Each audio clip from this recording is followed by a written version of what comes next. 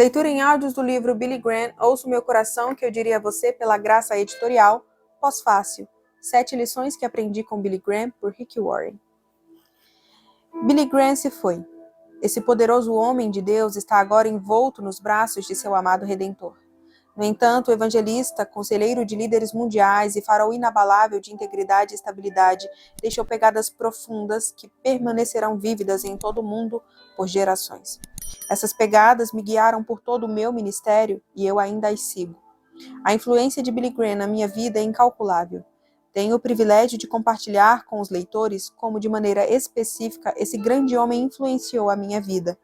Ele imprimiu em mim 7 lições essenciais que têm muito a ver com a minha formação pessoal e ministerial. Certamente elas contribuirão bastante na identificação da obra de Billy Graham e do que ele se tornou para o mundo. Lição 1. Manter um estilo de vida de integridade e humildade. A primeira lição que Billy Graham me ensinou foi manter um estilo de vida que possa ser abençoado por Deus. Ele nunca permitiu que seu caráter fosse manchado pelas coisas que causaram a queda de tantos pastores, ministros e evangelistas.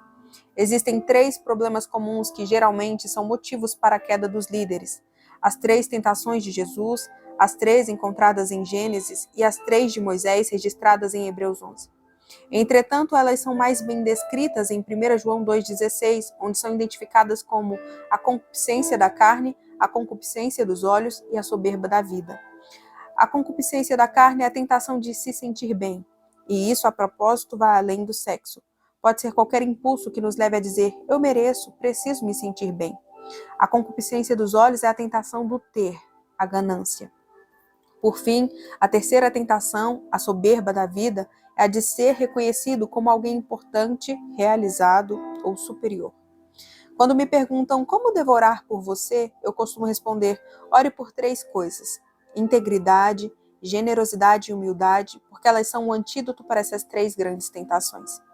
Eu presenciei como Billy Graham lidou com essas 3 seduções de maneira graciosa durante toda a sua vida. Quando eu era pequeno, minha avó morava com nossa família. Ela era uma apoiadora de Billy Graham, por isso recebia a revista Decision todo mês. Mesmo sendo tão novo, eu lia a revista e ouvia o programa de rádio do Billy Graham, Hora da Decisão. Lembro-me da minha avó dizendo, oro por 2 pessoas todos os dias, por Billy Graham e por você. Ela orava por mim porque sempre quis que eu me tornasse um pregador do evangelho. Hoje não tenho dúvida de que as orações dela e a presença de Billy Graham em nossa casa por meio da revista mensal e do programa de rádio semanal influenciaram muito o rumo que a minha vida tomou. Conforme crescia, comecei a entender o compromisso de Billy Graham em manter um caráter puro, algo que muitas pessoas não parecem ter. Como um jovem pastor, entendi por que ele e sua equipe fizeram um manifesto modesto para garantir a integridade do ministério. Mais tarde, quando iniciei na igreja Saddleback, nossa equipe fez acordos semelhantes. Na verdade, temos o que chamamos de os 10 mandamentos da equipe de Saddleback, que são fundamentados na mesma iniciativa de Billy Graham e sua equipe ao criar o manifesto modesto. Até onde eu sei, não havia opção. Eu disse à minha equipe, pessoal, vamos fazer isso. E nós fizemos. Por exemplo, prometemos nunca ficar sozinhos com uma mulher que não fosse a nossa esposa em um local de porta fechada. Nesses 27 anos à frente de Saddleback, nunca violei esse compromisso. Muita gente me pergunta se não estou sendo legalista e eu sempre respondo, prefiro exagerar do que ser jogado ao mar. Billy Graham viveu esse compromisso com integridade e humildade. Ele manteve um estilo de vida humilde diante de Deus, apesar de sua enorme fama e seu sucesso. Morava em uma casa simples no topo da montanha, recebia um salário em vez de benefícios, evitava todos os excessos que detestamos em muitos evangelistas que pregam um evangelho de prosperidade. Ter compromisso com a integridade é uma lição fundamental para os ministros aprenderem. E a razão pela qual eu digo que isso é importante é porque Deus não abençoa o método, Ele abençoa a pessoa. Ele não abençoa a estratégia, Ele abençoa a pessoa. Como E.M. Bounds disse, os homens são o método de Deus. O primeiro ensinamento que recebi de Billy Graham foi, cuide do seu caráter, porque se a situação for favorável, qualquer coisa pode fazer você cair. Aquele, pois, que cuida estar em pé, olhe que não caia, 1 Coríntios 10, versículo 12. Quando achar que está além da tentação, você ficará suscetível a ela. Levando isso em conta, adotei muitas atitudes dele para se manter longe das tentações costumeiramente enfrentadas pelos ministros. Lição 2. Alcançar além de nossas fronteiras evangélicas. A segunda lição que Billy Graham ensinou foi ter estratégia para alcançar aqueles que estão fora das fronteiras evangélicas. Ele era profissional nisso.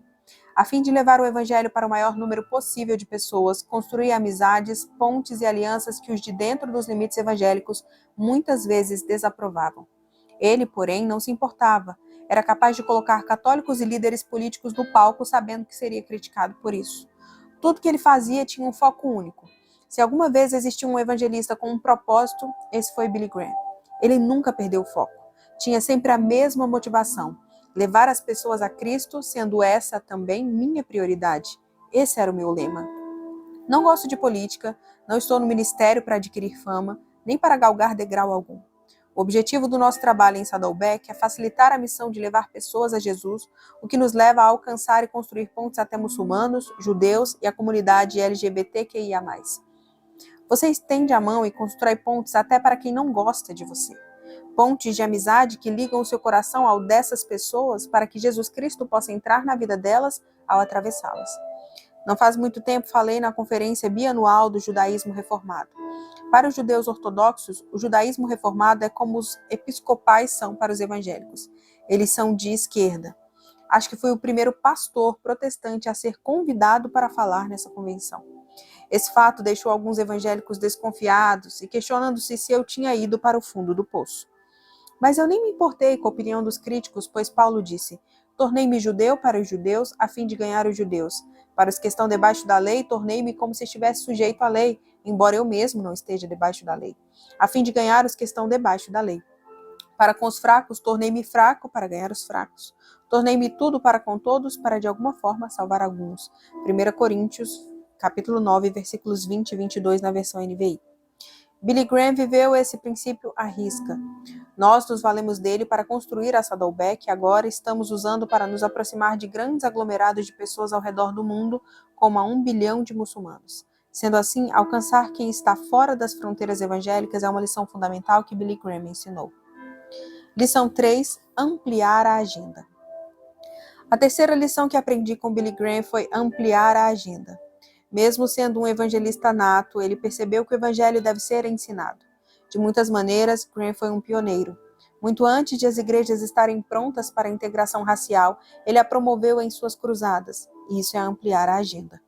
O grande mal da geração de seu tempo foi a segregação racial, e Graham assumiu combatê-la. Ao ampliar a agenda, ele fez iniciativas como o Movimento de Lawson e fundou a revista Christianity Today, uma alternativa acadêmica e respeitável para a Christian Century, da qual precisávamos.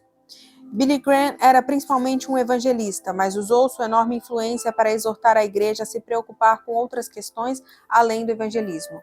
A BGEA chegou a produzir um documento que retrata, basicamente, a consciência social de Billy Graham, o qual está repleto de exemplos de atitudes tomadas por ele durante a Guerra Fria, a segregação racial, além de outras questões que o evangelista sentiu fortemente que a igreja deveria abordar. Eu admirava tanto a insistência de Billy Graham em ampliar a agenda que isso afetou a minha abordagem em Saddleback. Aumentamos nosso alcance para enfrentar 5 gigantes globais: pobreza, doença, analfabetismo, corrupção na liderança e vazio espiritual.